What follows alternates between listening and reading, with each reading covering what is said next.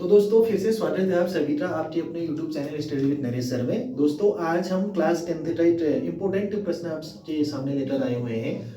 प्रश्न है, दो व्यक्तियों की आय का अनुपात 9:7 है और उनके खर्चों का अनुपात 4:3 है। आय का अनुपात 9:7 और खर्चे का अनुपात 4:3 दिया हुआ है। यदि प्रत्येक व्यक्ति 2000 रुपया बचाता है, प्रत्येक व्यक्ति 2000 रुपया बचाता है, तो दोनों व्यक्तियों की मासिक आय ज्ञात कीजिए। तो दोस्तों ये प्रश्न बहुत बार पूछा जाता है बोर्ड परीक्षा में।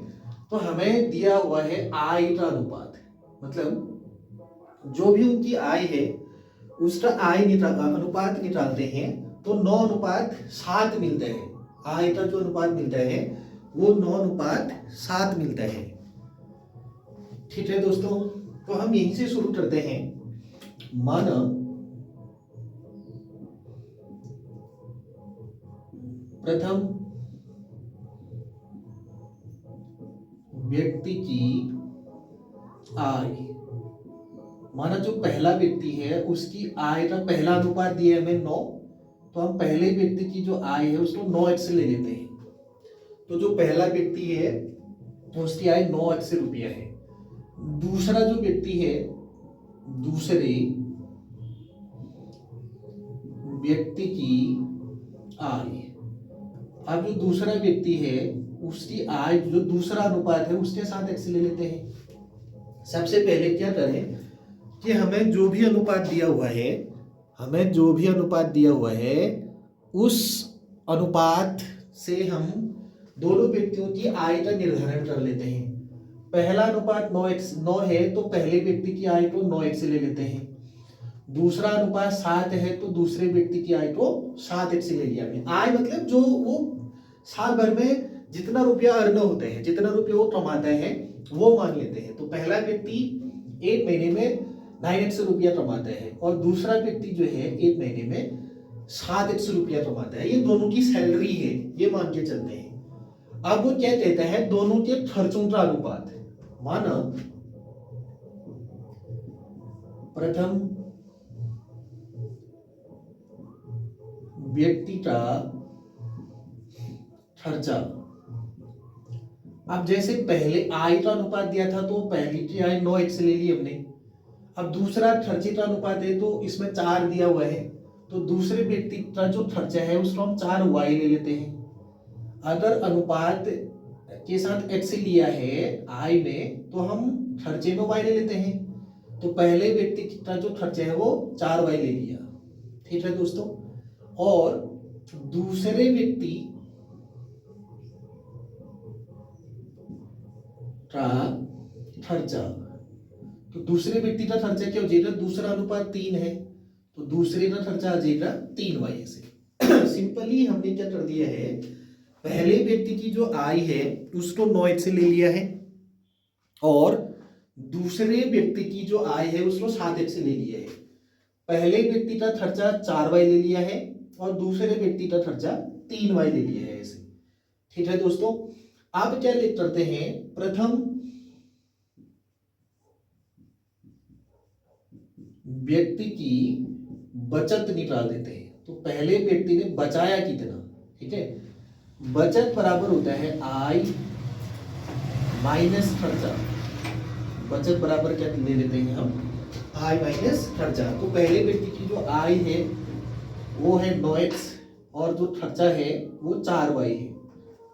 तो हमारे अनुसार जो पहला व्यक्ति है उसकी बचत 9x माइनस 4y होना चाहिए। 9x माइनस 4y, सिंपली यही ले लेते हैं हम, पहले व्यक्ति की बचत 9x माइनस 4y। परंतु जो प्रश्न है, प्रश्न अनुसार ये जो बचत है, पहले व्यक्ति की जो बचत है वो 2000 रुपये है। तो ये जो 9x माइनस 4y है ये बराबर 2000 की होना चाहिए। इसको बोल देना है हमने समीकरण नंबर फर्स्ट। ठीक है दोस्तों, दूसरे व्यक्ति की बचत, दूसरे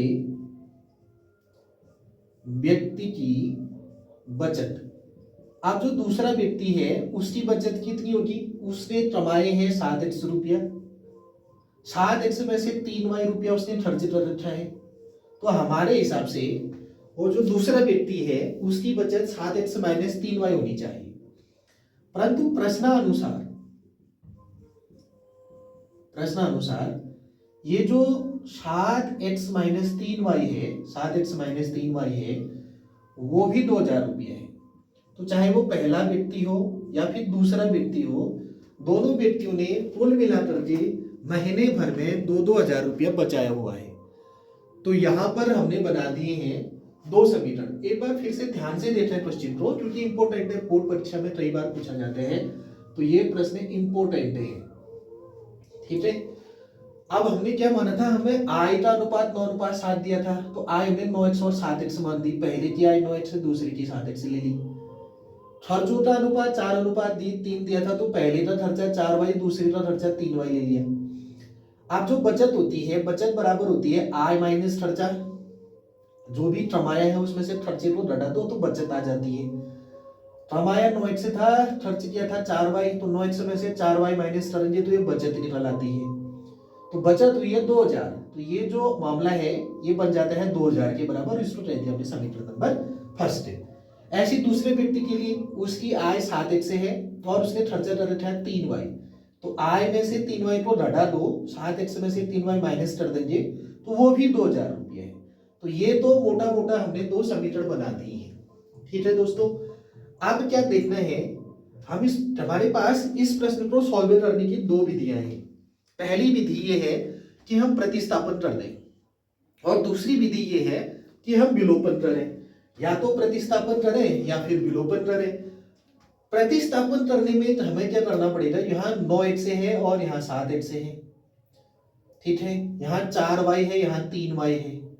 तो अगर मैं विलोपन विधि का प्रयोग करूं, विलोपन विधि से,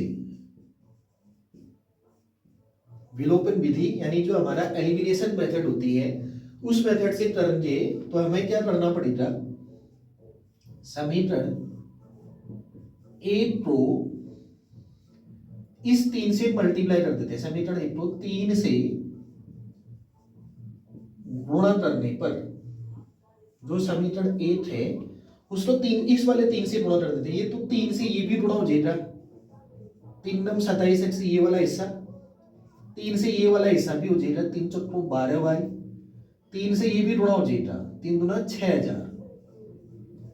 तो ये जो समीकरण देख लीजिए, इसको बोल रहे हैं समीकरण नंबर 3। तो दोस्तों अभी तक हमने क्या किया है कि जो हमारी पहली समीकरण थी उस समीकरण को हमने 3 से गुणा कर दिया। पहली समीकरण को 3 से गुणा करने पर हमें तीसरी समीकरण मिलती है। अब जो दूसरी समीकरण है, इधर y वाले से ऊपर गुणा किया था, अब इसके y वाले से नीचे गुणा करते हैं, तो क्या मिलेगा, समीकरण 2 को 4 से गुणा करने पर, तो सबसे पहले हम क्या कर देते हैं, जो समीकरण 2 है उसको 4 से गुणा करते हैं। समीकरण 1 को इस 3 से गुणा किया था, तो समीकरण 2 को इस 4 से गुणा कर रहे हैं हम नीचे, तो 4 से ये भी गुणा हो जाएगा, 7 तो 28x, सारे पद गुणा हो जाए 4 से, ये हो गया, 4 से ये भी गुणा हो जाएगा, 4 3 12y, ये 12y हो गया, 4 से ये भी गुणा हो गया, ये बच जाएगा 4 दूना 8000। तो ये है हमारी समीकरण नंबर 4। तो हमने दोस्तों इस प्रश्न के अकॉर्डिंग हमने सबसे पहले दो समीकरण निकाली और हमने विलोपन विधि का प्रयोग किया। तो विलोपन विधि में क्या करते हैं, या तो x वाला हिस्सा बराबर कर देते हैं या तो फिर y वाला हिस्सा बराबर कर देते हैं। तो हमने कोशिश ये की कि y वाले हिस्से बराबर हो जाए, तो इसके y के गुणांक से ऊपर गुणा कर दिया और इसके y के गुणांक से नीचे गुणा कर दिया। तो हमें क्या मिला, ये जो y वाला हिस्सा है यहाँ भी 12y मिला और यहाँ भी 12y मिला, तो दोनों के पास 12y अब हो चुके हैं, यानी y वाला हिस्सा जो है वो बराबर आ गया। अब क्या करना पड़ेगा, ये भी माइनस है, ये भी माइनस है, अगर ये भी प्लस होता, ये भी प्लस होता, तो हम दोनों समीकरणों को आपस में माइनस घटा देते। ठीक है, दोनों इक्वेशनों को आपस में घटाना पड़ता है। अगर ये प्लस होता और ये माइनस होता, या ये माइनस होता और ये प्लस होता, तो फिर जोड़ देते। जब चिन्ह समान नहीं होते हैं तो उस दशा में जोड़ेंगे, जब समान चिन्ह हो यानी दोनों ऋण ऋण हो या फिर दोनों धन धन हो तो उस दशा में हमें जोड़ना है। तो क्या करते हैं, समीकरण 3 व समीकरण 4 को जोड़ने पर, घटाने पर, समीकरण ऐसा करते हैं, समीकरण 4 से समीकरण 3 को घटाने पर, क्योंकि चिन्ह समान है, समान चिन्ह हो जाए तो घटाना पड़ेगा हमें। समीकरण 4 ये है 28x माइनस 12y बराबर 8000, ये है 27x माइनस 12y बराबर 6000। दोनों को घटाने में नीचे वाले के चिन्ह बदल देते हैं। अगर ये प्लस है तो माइनस, ये माइनस है तो प्लस, ये प्लस है तो माइनस, नीचे वाले के चिन्हों को बदल दिया हमने। आप क्या करना है, 28x में से 27x से घटा देंगे तो 8x बचेगा। ऐसे 28x minus 27x that is equal to 8x। ये माइनस और ये प्लस ये दोनों कट जाएंगे, माइनस 12y प्लस 12y बराबर 0। आप क्या बचा, 8000 में से 6000 को माइनस करने पर हमें मिलेगा 2000। तो इस तरह से x हमने निकाल दिया है, ठीक है दोस्तों, x हमने निकाल दिए है कितना, 2000 रुपया। केवल हमें x ही निकालने हैं, x ही निकालने, क्योंकि हमें प्रश्न पूछ रहे हैं दोनों व्यक्तियों की मासिक आय क्या है, ठीक है। तो पहले व्यक्ति की मासिक आय 9x से है और दूसरे की जो आय है वो 7x से है। तब प्रथम व्यक्ति की आय, तो जो पहला व्यक्ति है उसकी आय है 9x से, तो ये हो जाएगा 9 गुणा x से, x की जगह 2000, तो ये बन जाएगा 9 दूना 18,000 रुपया। तो जो पहला व्यक्ति है वो एक महीने में 18,000 रुपया कमाता है, तथा दूसरे व्यक्ति की आय, जो दूसरा व्यक्ति है उसकी जो आय है वो माना है हमने 7x से, तो ये हो जाएगा 7 गुणा 2000, तो क्या बनेगा 7 दूना 14,000। तो जो दूसरा व्यक्ति है वो महीने में कमाएगा 14,000 रुपया, ये दूसरे व्यक्ति की आय है। ये है हमारा आंसर, ठीक है दोस्तों। तो प्रश्न था कि दो व्यक्तियों की आय जो है वो 9:7 है, आय का अनुपात 9:7 है। तो हमने क्या मान दिया, पहले की आय 9x है, दूसरे की 7x है, ठीक है। तो हमने कुल मिलाकर यहाँ पे x निकालना था, x निकल चुका है। तो जैसे x निकाला उसका मान यहाँ पर और यहाँ पे रख दिया। 9 गुणा 2000 बराबर 18,000, 7 गुणा 2000 बराबर 14,000 रुपया, ठीक है। तो ये हमारे आंसर होंगे। और ये विधि जो हमने लिखी थी वो विधि है विलोपन विधि। किस विधि से हमने इस क्वेश्चन को किया, विलोपन विधि से।